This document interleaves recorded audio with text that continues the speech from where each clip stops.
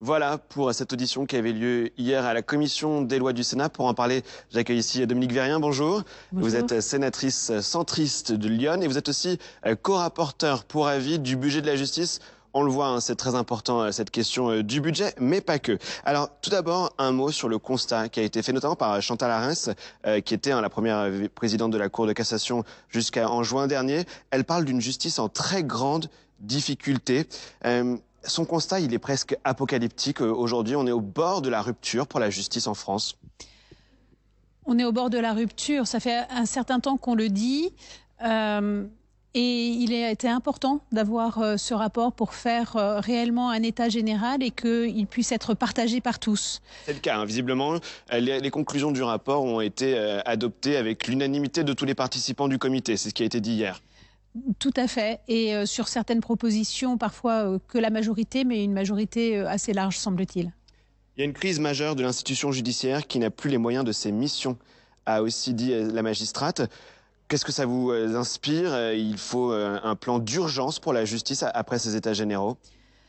Alors, il faut continuer le plan d'urgence. On ne peut pas dire que rien n'a été fait, puisque, il faut le dire, depuis 2 ans, le budget a quand même été sérieusement augmenté.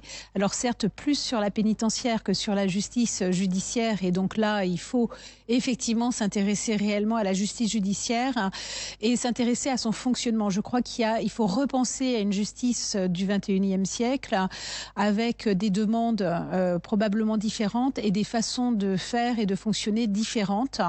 On ne pourra pas rénover simplement en mettant des moyens et sans réfléchir à l'organisation. Oui, et alors ce qui a été dit hier, c'est qu'il ne fallait pas une réforme sectorielle avec une réforme sur tel ou tel aspect de l'institution judiciaire, mais une réforme globale.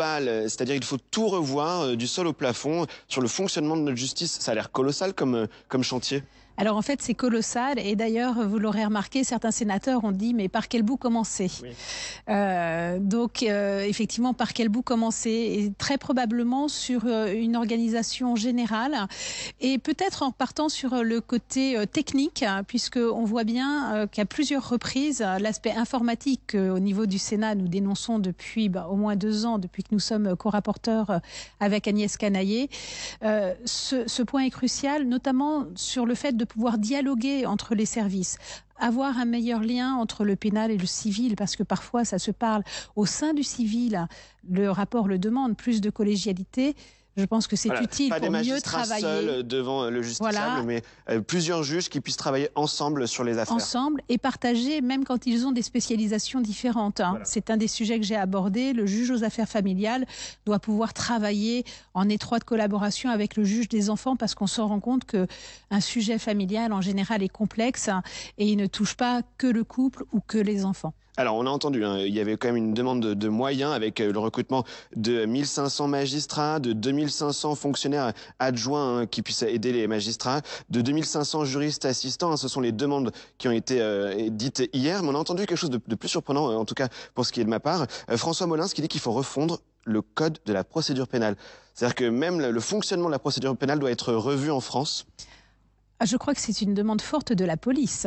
Souvenez-vous, c'est les policiers le demandent en disant que c'est de plus en plus lourd. Voilà, il y a trop d'administratifs, trop de bureaucratie. En fait, on se rend compte qu'on empile. On empile les lois, on empile les normes sans repenser effectivement à comment est-ce qu'on les applique et comment on peut les appliquer de façon plus simple. Mais il a aussi dit que c'était très compliqué parce qu'il fallait toujours veiller aux droits et aux droits des personnes. Et en règle générale, quand on a complexifié cette procédure, c'était pour donner plus de droits.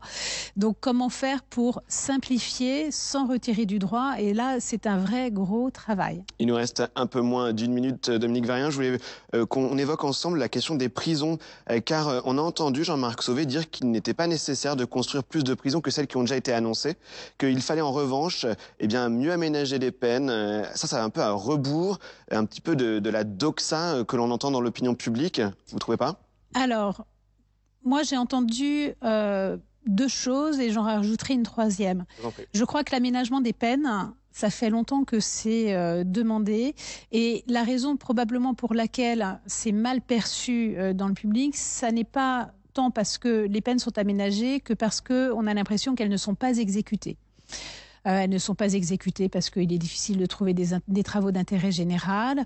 Et quand il s'agit de prison, on sait aussi que ça n'est pas exécuté de façon immédiate derrière. Donc on a l'impression que ça n'est pas fait. Même si c'est fait majoritairement, mais c'est toujours dans un délai de 1 an, 2 ans. Et donc on n'a pas un lien direct entre le moment où on édicte la punition et le moment où la peine est réalisée. Donc il y a ce sujet-là. Et ensuite, j'ai entendu une autre chose, c'est de favoriser les courtes peines. Et ça, c'est une chose effectivement nouvelle.